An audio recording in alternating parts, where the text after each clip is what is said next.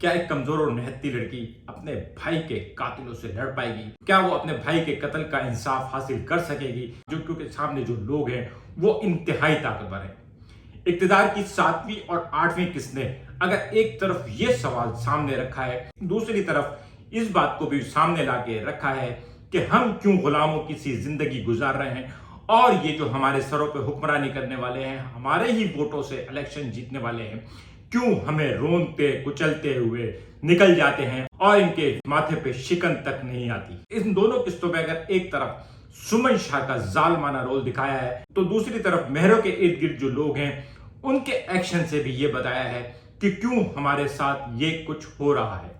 इक्तदार की 7वीं और 8वीं किस्त पे बात करते हैं। अगर आपने अब तक मेरा चैनल सब्सक्राइब नहीं किया है तो प्लीज मेरा चैनल सब्सक्राइब करें और बेल आइकन प्रेस करें। दोस्तों, इक्तदार का जो सिनॉप्सिस है उसमें ये लिखा हुआ है कि एक लड़की जो अपने भाई के कत्ल के बाद उसके कातिलों से लड़ती है और ये बात हमें मालूम थी कि ये बच्चा मर जाएगा, लेकिन बहरहाल उसके भाई के मरने का जो सीन था वो बहुत ट्रेजिक था और उसके ऊपर जो उसका रेस्पॉन्स था वो सब कुछ एक तरफ। लेकिन पहले अब हम आम लोगों की बात करते हैं।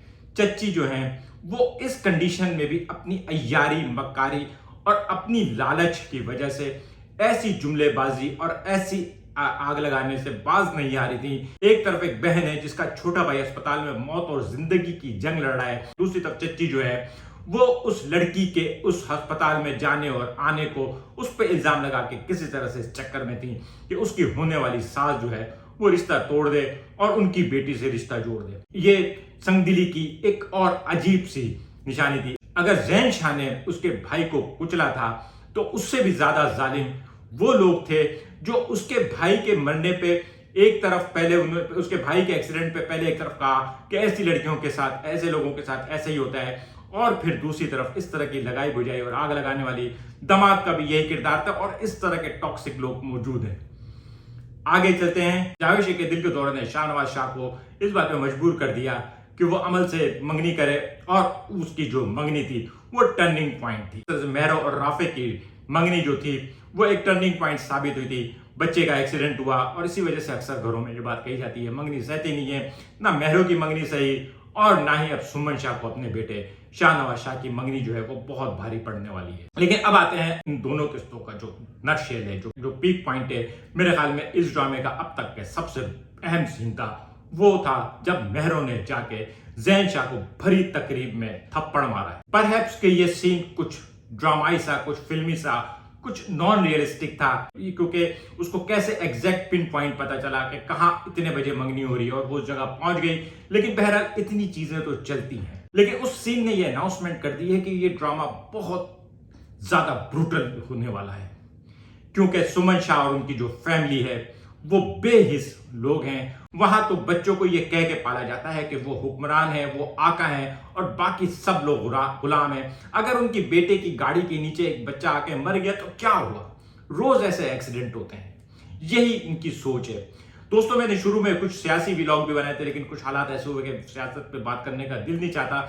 लेकिन इस ड्रामे ने दोबारा एक दफा टच कर दिया है, क्योंकि इस तरह के हादसा और वाकयात हम सुनते आ रहे हैं। बहुत सारे ऐसे केस देखे। अमीर कातिल जो है वो वी का निशान बना के, विक्ट्री का निशान बना के जाते रहे और मकतूल की फैमिली ने खून बहा ले लिया। इस पे मैं एक फिल्म को रेफर करूंगा, no one killed Jessica. Real story थी। उसमें जो ट्रैप किया गया था कि लोगों को, तो गवाहों को तोड़ने के लिए दो ही ऑफरें थी, या पैसा ले लो या जान से जाओगे। कुछ लोगों ने पैसा ले लिया, कुछ लोगों ने पैसा तो नहीं लिया लेकिन जान से जाने को भी नहीं करो, खामोशी इख्तियार की। और ये पुराना धंधा है।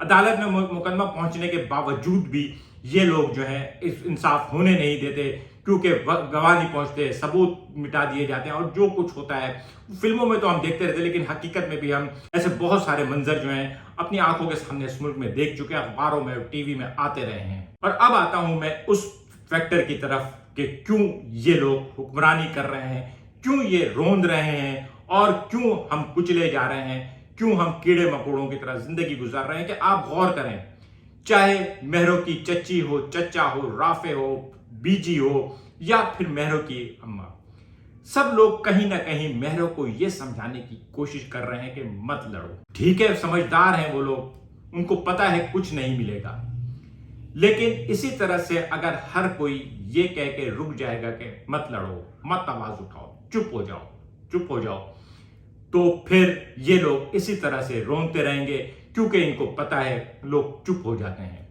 ये इस ड्रामे में जो चीज दिखाई है, ये आपको सोचने पे मजबूर करेगी। ये एक बहुत आउट क्लास चीज दिखाई है। आमतौर पे इस तरह की चीजों को बहुत ज्यादा फिल्मी अंदाज में दिखाया जाता है, लेकिन आप देखें कि मेहरो जो है अचानक तन्हा हो गई है, कोई उसके साथ खड़े होने वाला नहीं है।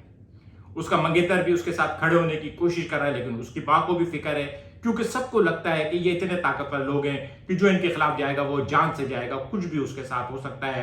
हर फैमिली वाला अपनी फैमिली के बारे में सोच रहा है कि मरने वाला तो मर गया, जो जिंदा बचे हैं उनको तो हिफाजत में रखा जाए। ये जो सोच थी, यही सोच दिखाई है इस वक्त मेहरो के इर्द गिर्द। और अब मैं एक बात सोच रहा हूं आगे की प्रिडिक्शन के बारे में कि बहरहाल इसमें कास्ट में समी खान का नाम है, उसने आना है, और वो किस तरीके से आता है ये तो देखा जाएगा। लेकिन मेरे ख्याल में इस ड्रामे में अगेन सोशल मीडिया ही वो पावर बनेगा। मेहरो को अगर कोई चीज ताकत देगी, मेहरो को अगर कोई चीज सपोर्ट करेगी, तो वो सिर्फ और सिर्फ सोशल मीडिया है।